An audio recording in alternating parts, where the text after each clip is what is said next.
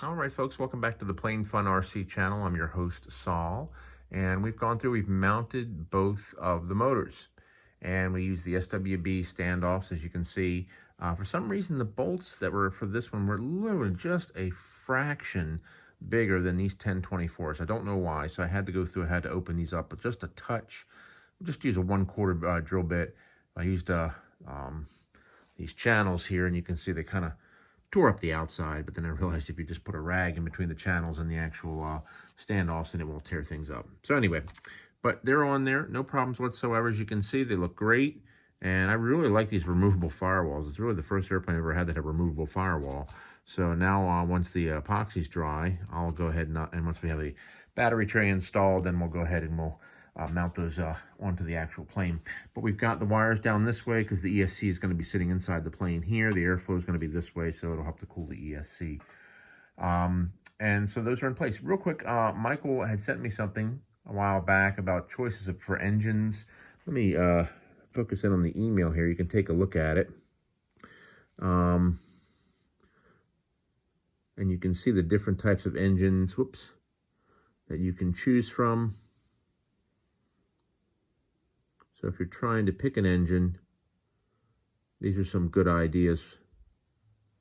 Now, I will tell you the only drawback to this plane with regards to choosing an engine is the length of the landing gear.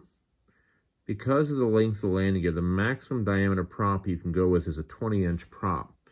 But what he's using is a 20 by 14, 20 by 16. Now, I will tell you, though, with these motors will swing a 24, but they'll start at about a 22 and go up to about a 24.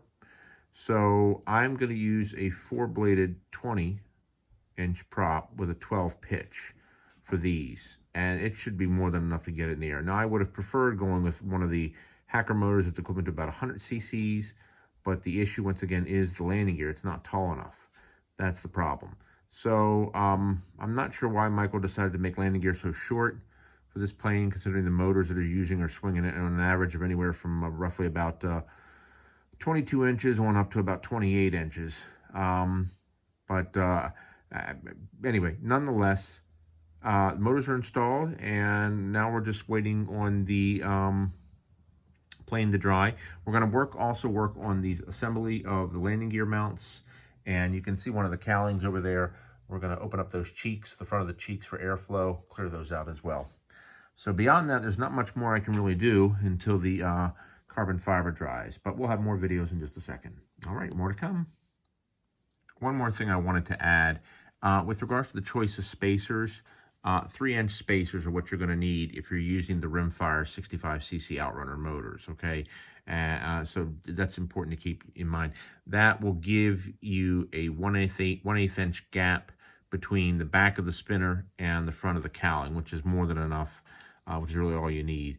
So just keep that in mind. 3-inch spacers are what you need. All right, very good. More to come.